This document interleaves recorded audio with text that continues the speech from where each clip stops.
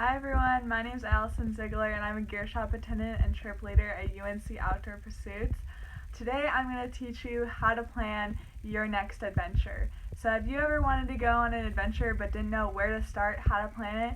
Today I'm going to go over all that and go over 5 easy steps for how to plan your next outdoor adventure. Step 1. Time to pick your destination. This is easily the most exciting part. You can pick anywhere in the world, anywhere in the country, and even it's a place that's 15 minutes away from your home. But you gotta pick something. So it's time to grab your map and pick your destination. Number 2, pick your experience. So you picked your destination, but how are you gonna get there? Are you gonna be driving, taking a bus, taking a train, or taking a plane? It's up to you.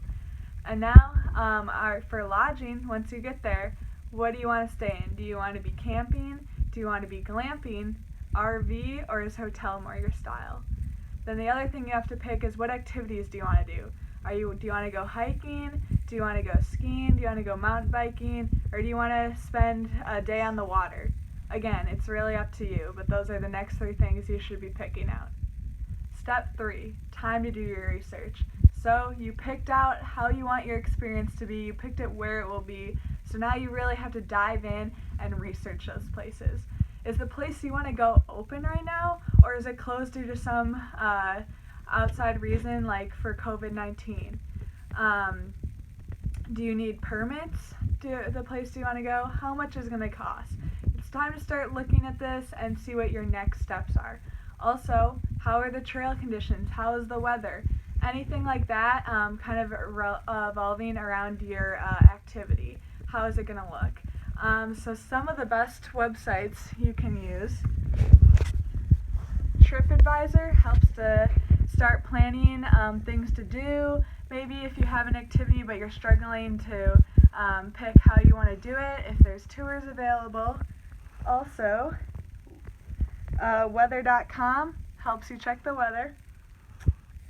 We got All Trails if you want to be doing more hiking. This is a really good resource for maps and picking the trails you want to do. And then also, if you want to do a national park trip, National Park Service is a great place.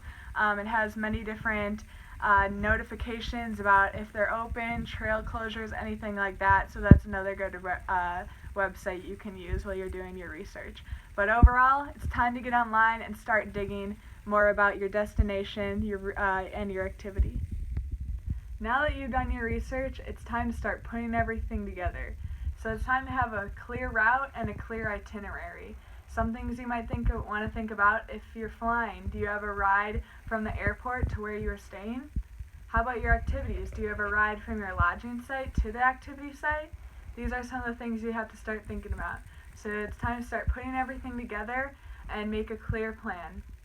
Also, making an itinerary is a great idea to help lay everything out and make sure you don't have any missing areas, so when you're on the trip, you can just enjoy it and go with the flow. Alright, and the final step, it's time to pack. So, you have a clear plan, you have your itinerary, so now it's time to share that with someone. Tell someone where you're going and when they should expect you. Lastly, during this whole process, it can be really stressful figuring out the logistics and everything with your trip. So just during this process, remember your why. Remember why you want to do this in the first place. And remember that the more planning you do ahead of time, the more trouble you'll save during your trip and the more you'll enjoy your trip overall. So plan smart and just take your time while doing it because it'll really pay off in the long run.